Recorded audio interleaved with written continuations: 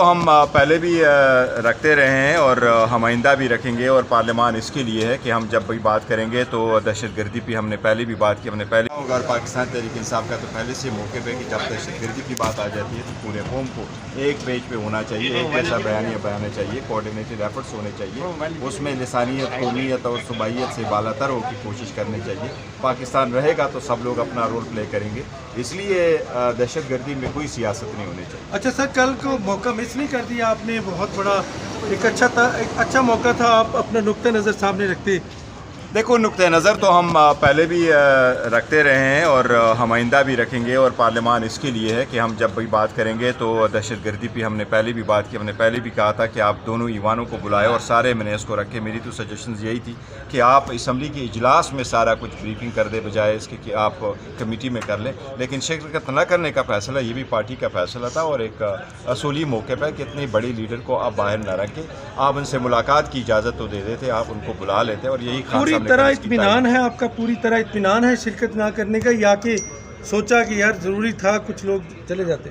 نہیں، دیکھو، خان صاحب کی طرف سے اور جو پارٹی ہے، پارٹی نے اجازت دی تھی، علی امین گنڈاپور صاحب بیٹھے تھے، انہوں نے اپنا موقف بیان کیا، اور اگر وہ موقف بیان کرتے وہ بھی ہمارا ہی موقف ہے، لیکن اس میں کوئی دو رائے نہیں ہے کہ ہم چاہتے ہیں کہ دہشت گردی کے خلاف جنگ میں سارے لوگ مشترکہ ایفرٹس کریں۔ اب کیا حکمت عملی ہوگی آپ کی؟ علی امین صاحب نے جو موقف پیش کیا ہے اس کے چیدہ نکات بیان کرتے ہیں، قوم جاننا چاہتی ہے۔ نہیں، میرا خیال ہے وہ تو ان کیمرہ پروسیڈنگز ہے تو۔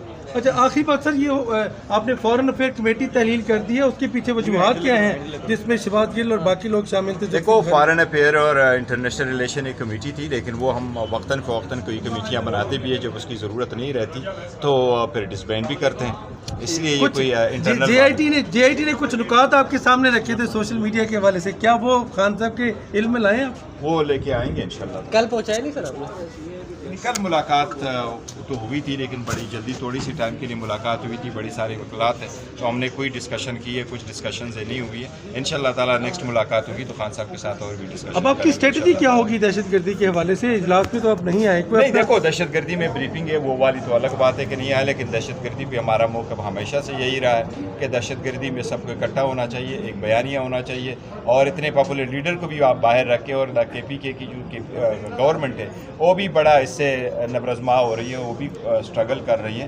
ہم نے اپنا موقع پہلے بھی بیان کیا ہے، اسمبلی میں بھی بیان کیا ہے، اور جو کمیٹیز تھی ایپیکس کمیٹی میں، اس میں علی امین گنڈاپور صاحب پہلے لے کے آئے تھے، تو موقع ہمارا آلریڈی آ چکا ہے۔ اجلاسوں میں آپ آتے نہیں، پھر کیسے قوم کو ایک کا کہہ رہے ہیں؟ نہیں، انشاءاللہ تعالیٰ اجلاسوں میں بھی کیا تھا یہاں پر، تو ہم نے بلوچستان کی مرضی سے امریکہ کا ساتھ دیا تھا۔ جب ہم نے یہاں پر اپنا گڈ طالبان کو بیڈ طالبان کہہ کے جب ان کے ساتھ جنگ شروع کی تھی، تو کیا ہم نے پاکستان کی عوام کے رائے کے مطابق وہ کی تھی؟ جنرل مشرف بھی اس وقت فیصلے کرتے ہوئے طاقت میں نظر آئے، اور اسی طرح تسلسل کے ساتھ آج تک آپ دیکھتے رہے۔ تو میں سمجھتا ہوں کہ کوئی بھی فیصلہ لینے سے پہلے یہ فیصلے پولیٹیکل لوگ اور سیاسی جماعتیں سیاسی لوگ اتنی جلدی آپریشنز کے فیصلے نہیں کرتی، وہ ڈائیلاگ کے راستے کھولتی ہیں، ہمارے خارجہ جو امور ہیں ان کو دیکھتی ہیں۔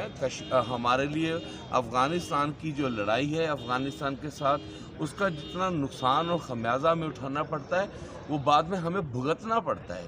تو یہ ساری باتوں کو کلیکٹیولی دیکھتے ہوئے ہم دیکھیں، دہشت گردی ناسور ہے۔ ہم سمجھتے ہیں کہ پاکستان کو کوئی ایک پتھر مارتا ہے، وہ ہمارے سینے پہ پتھر مارتا ہے۔ ہم دہشت گردی کو کنڈیم بھی کرتے ہیں، اور سیسا پلائی دیوار کی طرح دہشت گردی کے سامنے اپنے جوانوں کے ساتھ بھی کھڑے، لیکن اتنے بڑے ایکشن کے لیے آپ کو تمام کی تمام اسٹیک ہولڈرز کو انگیج کرنا آپ کے لیے بہت ضروری ہے، اور یہ کام تھا شہباز شریف کا جو کہ وہ کرنے میں ناکام گئے۔